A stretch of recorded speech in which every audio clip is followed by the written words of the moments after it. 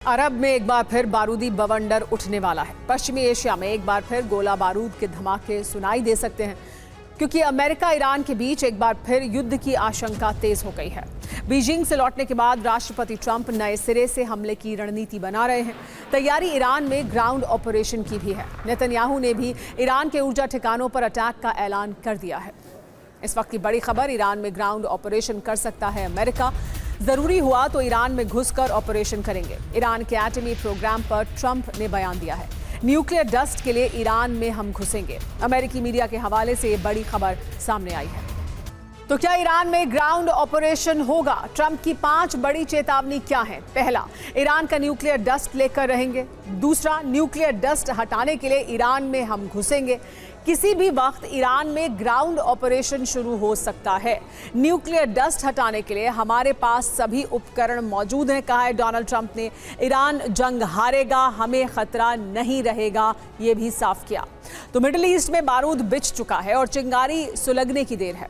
सवाल है कि क्या व्हाइट हाउस लौटते ही डोनाल्ड ट्रंप और बेंजामिन नेतन्याहू मिलकर ईरान को नक्शे से मिटाने का ऑर्डर दे देंगे? ईरानी संसद अब सीधे ट्रंप के सिर पर 450 करोड़ रुपए का इनाम रखने की तैयारी में है। तो दूसरी तरफ इजराइल के F-35 fighter jet external fuel tank लगाकर तेहरान को नेस्तनाबूद करने के लिए उड़ने को तैयार हैं। अमेरिका ने हॉर्मुज की तरह अपने जंगी जहाज रवाना कर दिए हैं, जिससे संकेत ये मिल रहे हैं कि शांति वार्ता का वक्त खत्म हो चुका है। विध्वंस कभी भी आरंभ हो सकता है। इजराइल ने दावा किया है कि ईरान ने शांति प्रस्ताव की शर्तों को दरकिनार किया, तो इस बार के हमले में उसके पूरे इंफ्रास्ट्रक्चर को नेस्तनाबूद कर दिया जाएगा। और इस मिशन को अंजाम देने के लिए इजराइल के खतरनाक F-35 फाइटर जेट्स को अब एक्सटर्नल फ्यूल टैंक से लैस कर दिया गया है। यानी F-35 पर 2 अतिरिक्त फ्यूल टैंक लगाए गए हैं। हालांकि इसी एवज में 2 मिसाइल पोर्ट को हटाया गया है। काट्स ने हुंकार भरते हुए कहा है, हमारा मिशन अभी अधूरा है। हम उस स्थिति के लिए पूरी तरह तैयार हैं जहां हमें फिर से और बहुत जल्द बड़ी कार्रवाई करनी पड़ सकती है। ईरान के टारगेट पर इजराइल के अलावा सऊदी अरब, यूएई, बहरीन, ओमान, कतर और जॉर्डन है। यहाँ वो अमेरिकी सैन्य ठिकानों के अलावा इंफ्रास्ट्रक्चर पर भी हमले कर सकता है। ईरान पर एक बार फिर हमले की तैयारी में है इजराइल। ईरान पर इजराइल का अमेरिका को साफ संदेश है। ईरान के ऊर्जा ठिकानों पर हमले की मांग की जा रही है। ईरान इंटरनेशनल की रिपोर्ट में दावा किया गया है। तो नेतन्याहू का इंतकाम बाकी है। दावा यह है कि ईरान पर फिर हमला करना चाहता है इजराइल।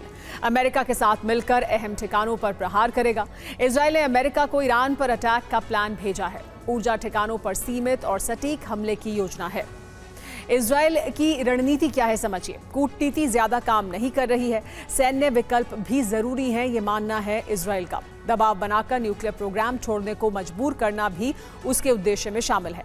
हमले के बाद ईरान को बातचीत की मेज पर लेकर आना भी एक बड़ा मकसद है। तो अमेरिका का असली संकट है हॉर्मुज को आजाद कराना। इसीलिए ट्रंप ने चीन की यात्रा की। भले ही ट्रेड और टेक समझौतों का हवाला दिया जा रहा हो, लेकिन ट्रंप का असली मकसद ईरान को इस बात पर सहमत कराना था कि वो हॉर्मुज खोल दे, क्योंकि हॉर्मुज की चाबी तेहरान में है और वो बिना बीजिंग के इशारे के इस लॉक को नहीं खोलने वाला है। ढील देना तो दूर, बल्कि ट्रंप की यात्रा के दौरान ही ईरान ने ओमान की खाड़ी में मालवाहक जहाजों को सीज करना शुरू कर दिया है। IRGC ने एक मालवाहक जहाज रोककर ईरान की तरफ मोड़ दिया और अमेरिकी सेना का नेवल ब्लॉकेड बेड़ा कुछ नहीं कर पाया। ईरानी मीडिया की रिपोर्ट है कि IRGC ने एक मालवाहक जहाज को इंटरसेप्ट किया। ये जहाज फुजैरा से 70 किलोमीटर उत्तर पूर्व में ओमान की खाड़ी में था। ईरान का दावा है कि इस जहाज पर विस्फोटक गोला बारूद लदे थे। IRGC ने जहाज को सीज कर लिया। अब यह जांच की जा रही है कि इस पर लदे विस्फोटक किस देश के हैं। हुई शुआन नाम के इस जहाज पर होंडुरास का झंडा लगा था। यह फिशिंग सपोर्ट वेसल है और 1984 में बना था कि हॉर्मुज जल्द खुलेगा और तेल के दाम भी घटेंगे। चीन और अमेरिका इस पर एक राय है कि हॉर्मुज का सैन्यीकरण नहीं होना चाहिए। चीन के विदेश मंत्रालय ने कहा है कि हॉर्मुज संकट का कारण इजराइल और अमेरिका का आक्रमण है। इसका स्थायी समाधान होना चाहिए। इस जंग से वैश्विक अर्थव्यवस्था, सप्लाई चेन, अंतर्राष्ट्रीय व्यापार और ऊर्जा सुरक्षा पर खतरा पैदा हो गया है। कि 2015 का JCPOA समझौता ईरान का संवर्धित यूरेनियम खत्म करने में कामयाब था। हमने ये काम बिना एक मिसाइल फायर किए कर लिया था। न हमने आम नागरिकों की हत्या की, न ही हॉर्मुज़ बंद होने दिया। इस वक्त की बड़ी खबर, ट्रंप की ईरान नीति पर अमेरिका में सवाल पूछा जा रहा है। पूर्व एनएसए जॉन बोल्टन ने सवाल उठाए हैं। ईरान पर ट्रंप अपने ही जाल में फंस गए हैं, जॉन बोल्टन ने कहा है। तो ट्रंप की जो नीति है ईरान को लेकर, उस पर अमेरिका के भीतर भी तमाम तरह के सवाल उठ रहे हैं। पूर्व एनएसए जॉन बोल्टन ने सवाल उठाए हैं कि ट्रंप अपने ही जाल में फंस गए हैं ईरान में और अब उससे बाहर नहीं निकल पा रहे हैं।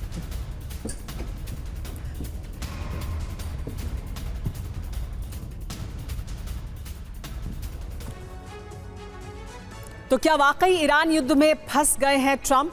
जॉन बोल्टन ने क्या दावा किया है और क्यों सवाल उठाया है, समझिए। 5 दावे हैं उनके। ईरान युद्ध पर ट्रंप की नीति बहुत कमजोर रही है। ईरान जंग पर ट्रंप ने विपक्ष से कोई राय नहीं ली। हमला क्यों जरूरी है, अमेरिकी जनता को ये नहीं बताया क्या। ट्रंप ने आक्रामक नीति अपनाई, लेकिन रणनीति सही नहीं थी। ट्रंप की नीति से अमेरिका आज मुश्किल हालात में है। जरूरी बात यह है कि 2018-2019 में ट्रंप सरकार में एनएसए रहे जॉन बोल्टन ये सवाल उठा रहे हैं। बड़ी खबर एक और बता दें आपको, पश्चिमी देशों के खिलाफ ईरान ने नई रणनीति बनाई है। समंदर में इंटरनेट केबल को टारगेट कर सकता है ईरान, ये ईरान कह रहा है। ईरान इससे पहले भी इसको लेकर तस्वीर जारी कर चुका है। हॉर्मुज़ में इंटरनेट केबल पर फीस भी लेगा, ये कहा जा रहा है ईरान की तरफ से। $15 अरब तक हो सकती है ये फीस।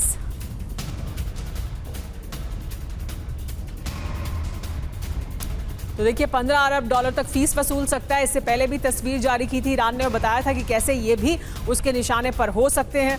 ये वो केबल हैं जो इस इलाके से गुजरते हैं, हॉर्मुज़ से गुजरते हैं। दुनिया में जितना भी इंटरनेट ट्रैफिक है उससे जुड़े हुए 2 बड़े और अहम केबल इस रास्ते से होकर गुजरते हैं और वो भी ईरान के टारगेट पर हैं। इस बीच उत्तरी इजराइल में हिजबुल्लाह का ड्रोन तबाह हो गया है। आयरन डोम ने ड्रोन को तबाह किया है। इजरायली हेलीकॉप्टर पर हमला करने वाला था ये ड्रोन, जब उस पर आयरन डोम से हमला किया गया। हमले से पहले ही आयरन डोम ने इसको तबाह कर दिया।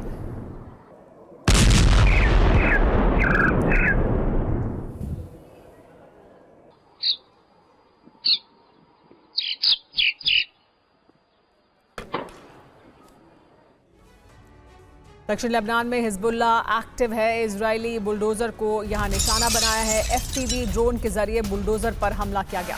देखिए, दक्षिण लेबनान की तस्वीर है जहां पर हिजबुल्लाह एक्टिव है और यहां पर एफपीवी ड्रोन के जरिए बुलडोजर पर हमला किया गया।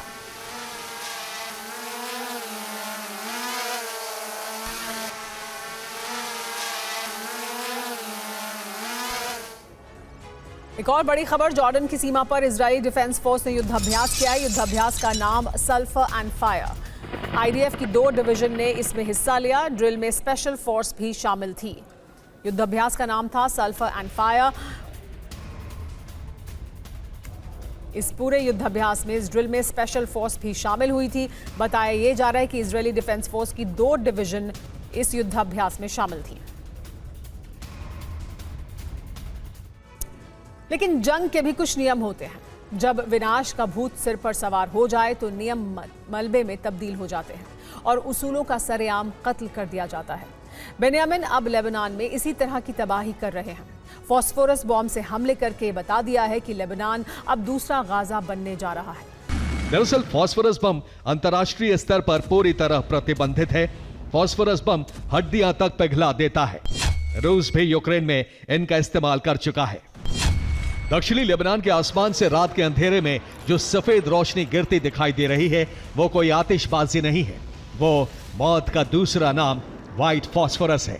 दावा किया जा रहा है कि इजरायली सेना ने दक्षिणी लेबनान के अली अल ताहिर इलाके सहित कई रिहायशी बस्तियों पर आधी रात को ताबड़तोड़ फॉस्फोरस बम गिराए। और आपको बता दें कि कार कंपनी मर्सिडीज अब हथियार बनाएगी। मर्सिडीज के सीईओ ओला कालेनियस ने कहा है कि अब कंपनी डिफेंस उत्पादन में उतरने को तैयार है। यूरोप को अपनी रक्षा क्षमता बढ़ानी होगी, जिसमें मर्सिडीज भी अहम भूमिका निभाएगी। दुनिया ज्यादा अनिश्चित और अप्रत्याशित हो गई है।